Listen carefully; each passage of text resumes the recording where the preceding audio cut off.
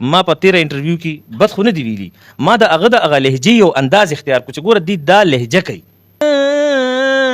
د الله د کلام نه اخیسته بل کلام وي نو ما ته پکې د کاغذي اچولو یا د ایډیټینګ یا د ساوند یا د دوکې یا د ملاوټ ضرورت شته نه جی چې زه هغه کوم، زه پکې لهجه د سندرو راولم یا پکې د نعت راولم.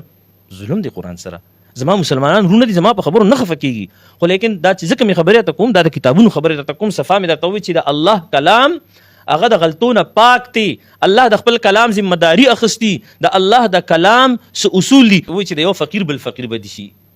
دا خبره زما سره ریلیټډ ځکه نه جوړیږي چې زما کله بل فقیر بدي شي بیا خو ما سره د خپل فن قدر نشته، بیا ما سره د خپل فن قدر نشته، بیا خو به دا فن ختم شي.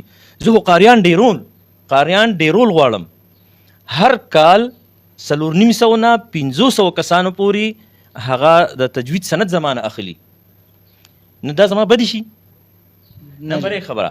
نمبر 2 خبره ده چې مطلب ما ته راځي او هغه ما سره دا فن زده کوي، زه د هغوی اصلاح کوم، هغوی ته به زه د غلطۍ راوباسم، دا خو زما بدي نه شي، دا خو زما خوښ دي، دا فن زما خوښ دی. الحمدلله دا فن ما په ډېر محنتونو باندې حاصل کړی دی. زما استادان الحمدلله په دې باب کې هغه د سوونو نه زیات دي، عرب هم شته او عجم هم شته. بل د دین علاوه خبره چې تاسو د کوم قاري صاحب متعلق خبر وکړه، زه ما په تیره انټرویو کې بد خو نه دی ویلي، ما د هغه د هغه لهجې یو انداز اختیار کړو چې ګوره دی دا لهجه کوي، ما د هغه پیښې نه دي کړي. ما وایي چې دی دا لهجه کوي او دا لهجه دا عربي لهجه نه ده، دا د سندرو لهجه کې دی شي، د نعت لهجه کې دی شي، لیکن د قرآن لهجه نه ده. احتشام یو خبره اهمه ووره، هغه دا یو په خسته اواز کې قرآن ویل دی او یو خسته قرآن ویل دی.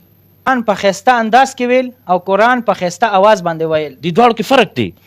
که یو سړي اواز به خسته وي، ډېر خلک شته داسې چې اوازونه به یې خسته وي خو هغه به د قرات نه نی خبر، د قرات نه فن نه به نی خبر. دی کې دی څه غلطي کوي، دی کې دی څه غلطي کوي، دی کې چې دی کوم غلطي کوي نو زه به ستا چونکې دا ستا فن نه لري نو ته به په دې څه پوه شې. خو زه به بیا هم تا ته دا یو خبره وکړم چې ګوره د قرآن څو حروف دي؟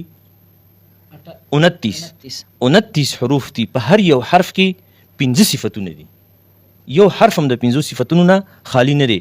او چې 29 حروف شو نو د هر یو حرف جدا مخرج، جدا آواز دی، د هر یو حرف جدا آواز دی. داسې بیبي لکه تا دال طا د دې مخرج یو دی خو آوازونه جدا جدا دي. اوس ګوره ته ح او خا او ها چرګې والا ها د دې درې واړو آوازونه یو شان دي که نه دي؟ خو دا حروف څه دي؟ جدا دي. دغه رنګې ذال زا او ظا چې ورته موږ وایو د دې درې واړو آوازونه یو شان دي که نه دي؟ خو لیکن که دې کې ته لفظ کې یو حرف بدل کو، مثلا یو دی نذیر معنی ده یره ورکوونکې، او یو دی نظیر په ضوا سره، نو معنی ده مثال ورکول. بل ورځ ما ووایي چې یو دی قلب یو دی کلب. به هر حال خبره داره چې په دې باندې به اوس څوک پوهېږي، نو تاسو خو نه پوهېږئ، امیان غریبانان خو پرې نه پوهېږي. زما د دې قاري سره څه بغض نه دی والله، که یا زه پېژنم یا زما د ده سره حسد وي، یا زه خو سره د سوشل میډیا باندې زه په دې نیت باندې اړو څه خبرې نه کول غواړم چې کني زما به څوک بدي شي. دا حسد ګناه ده، جرم دی. به هر حال د قاري صاحب اواز ډېر ښایسته دی، خو لیکن خبر داره چې لهجه د نعت ده، لهجه د نعت کنه، نو دا د نعت والا لهجه چې کوم دی دا د قرآن سره مناسب نه، قرآن عربي دی او د عربۍ دپاره خپله لهجه ده.